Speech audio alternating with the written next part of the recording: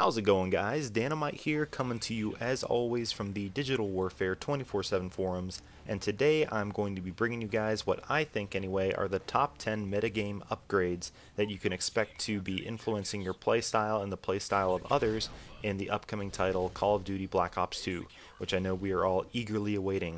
So now, first of all, let me talk a little bit about what I mean by the metagame.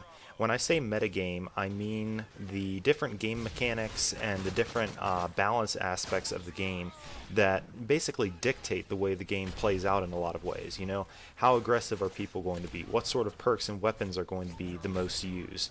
That sort of thing. So there have been some major changes in this regard that are going to really influence play styles and strategy in Black Ops 2. So I just thought I would touch on the top 10 that I think are going to have the greatest influence. Now, starting off at number 1, I'd like to talk a little bit about Ghost. Now, Ghost was a perk that was scorned by a lot of people in Black Ops 1, largely because there were some people who would just sit in corners with Ghost. They'd be Ghost corner campers, and this irritated people very much. So the way that Treyarch actually chose to deal with this issue is that they made it so that now Ghost only works if you are moving. So if you are standing stationary and the enemy calls in a UAV, you are going to be able to be detected. Now what this means is it's going to definitely favor the offensive and rushing players. So people who are constantly going to be on the move, seeking out the enemy, trying to push them back into their spawn, those are going to be the people who are invisible, whereas the people who are standing behind cover, ADSing along sight lines, those are the people that are going to be at a decided disadvantage in Black Ops 2. Now, I am a little worried to see how this is going to play out with snipers. I know snipers a lot of the time, they really need to be stationary for at least, you know, a couple seconds to line up a shot. So we're still not really sure exactly how this is going to work as to whether or not Ghost is going to be something where, you know, you can move a little bit and that will still keep you off radar, or if only if you're completely stationary is that going to actually cause you to show up. So that would be my number 1 metagame upgrade that is going to happen to Black Ops 2. And moving on to the second one, it is very much related. It's going to be the fact that I am predicting UAVs and accordingly counter UAVs to be much, much stronger in Black Ops 2. Now here's my reasoning. First of all, we already said this, that Ghost now only works if you're moving. So that means UAVs are going to be able to show stationary Ghost users, and that is going to make them more powerful. It's going to allow you to see more enemies on your minimap. So expect more people to be using them. Now, there's another reason why a lot of people are going to be using them, which is that you can now earn points towards your point streaks by calling in a UAV. Basically, when you have one in, if any of your teammates get any kills while your UAV is up, you'll be awarded a small bonus of points that can count towards your point streak. So this is going to be a very easy to build point streaks, especially lower ones that are all chained together. And then also, there's the perk that's hardwired. Now, if you run hardwired, what this perk does is it actually allows you to not be affected by counter UAVs. So what this means for a player who likes to run UAVs is they can load up on, say, UAVs, hardline, and hardwired, and they can basically run throughout the map. Their UAV can't be taken down unless somebody shoots it down. They're going to be able to get a lot more out of their UAVs than they normally would. So those are some reasons why I think UAVs will be a lot more powerful. And then also, sort of as a side note here, more about counter UAVs. They have the potential to block the orbital VSAT, which is basically going to be the equivalent of the Blackbird from Black Ops 1. So this is going to make counter UAVs also very, very sought after in multiplayer games. Now, moving on to the third biggest aspect of metagame change is going to be the fact that Call of Duty Black Ops 2 is going to award players many more points for playing the objective than Black Ops 1 did. Now, certainly you didn't get any points at all towards your kill streak in Black Ops 1 for playing the objective. Modern Warfare 3 kind of took a little bit farther, and now in Black Ops 2, basically, for instance, a capture and domination is going to be worth 150 points, whereas just a standard kill is going to be worth 50 points. Now, you can get more points for your kill based on whether or not you're standing nearby a flag, say you're defending one, or if you're capturing one. Now, this is really cool for people that like to play the objective, because it means that um, players that are going into objective game types just to go for kills and to rack up kill streaks, they're going to have a hard time doing it without playing the objective, because that's really how you're going to build your point streak and get rewarded for your style of play. So I would like to think that this means that in the Black Ops 2 metagame that a lot more people are going to be playing the objective. So we'll have to see about that.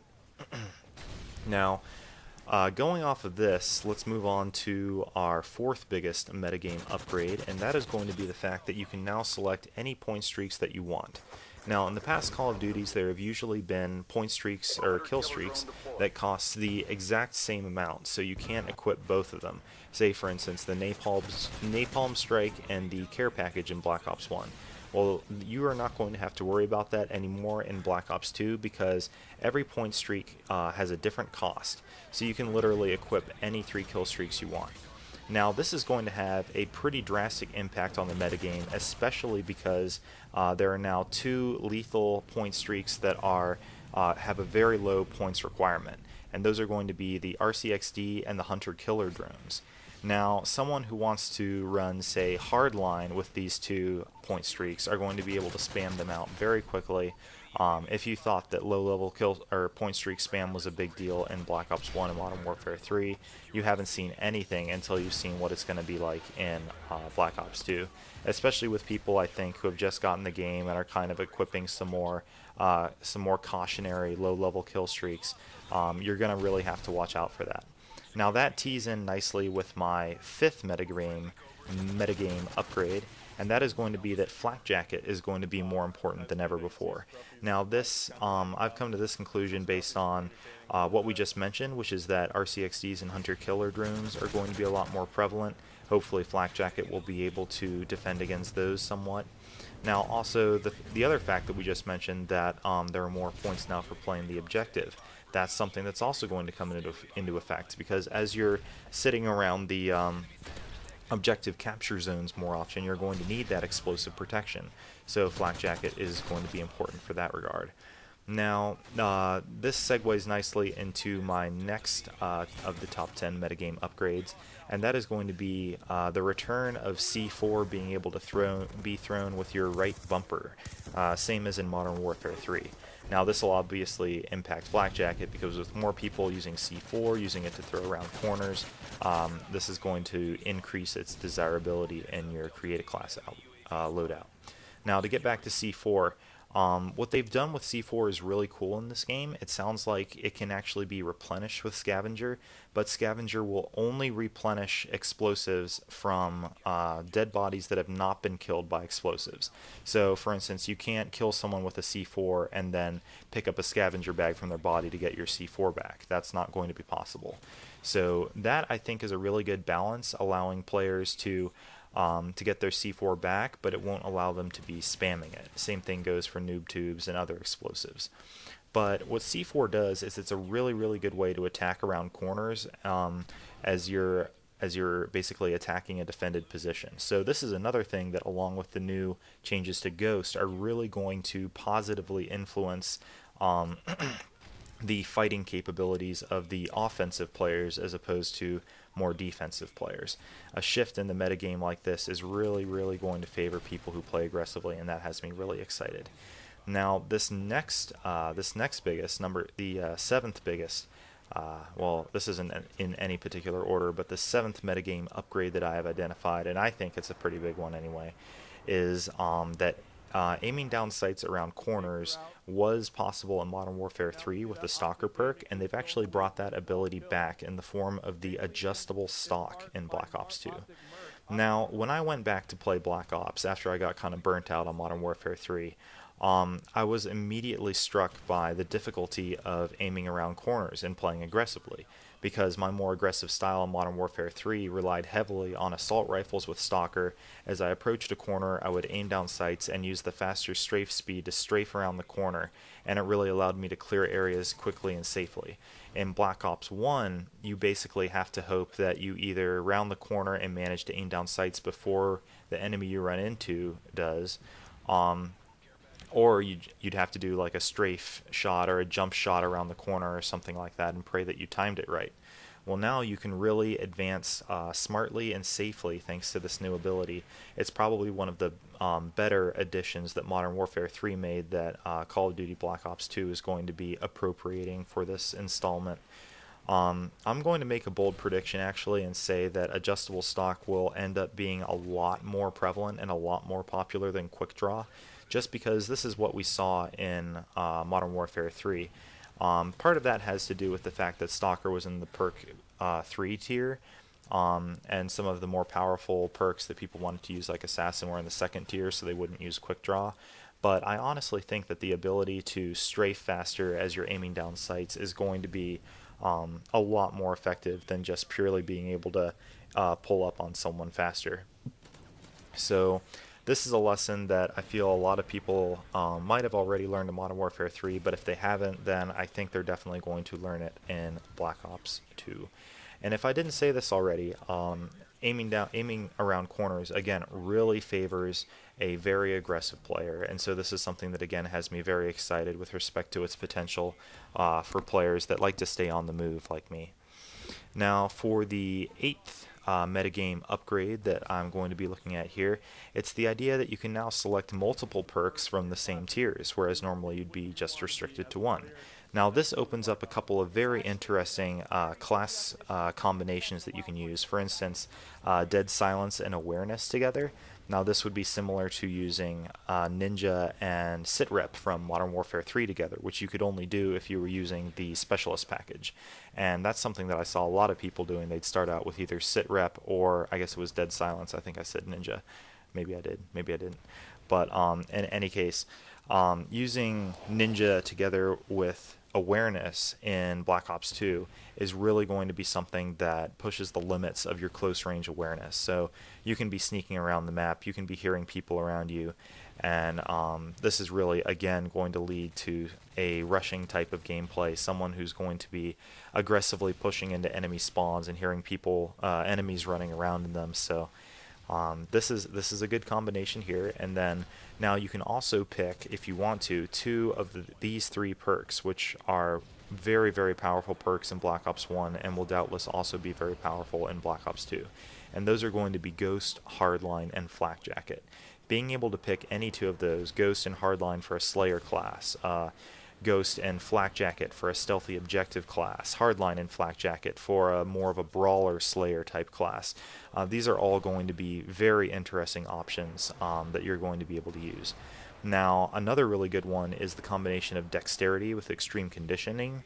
Dexterity is going to allow you to raise your gun up faster, whereas Extreme Conditioning is obviously, same as it always has, is going to be able to allow you to run faster.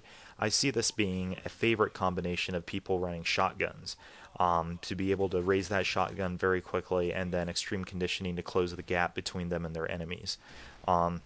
I really feel like this is going to be a powerful combination, especially when used together with the laser sight and the long barrel on any shotgun.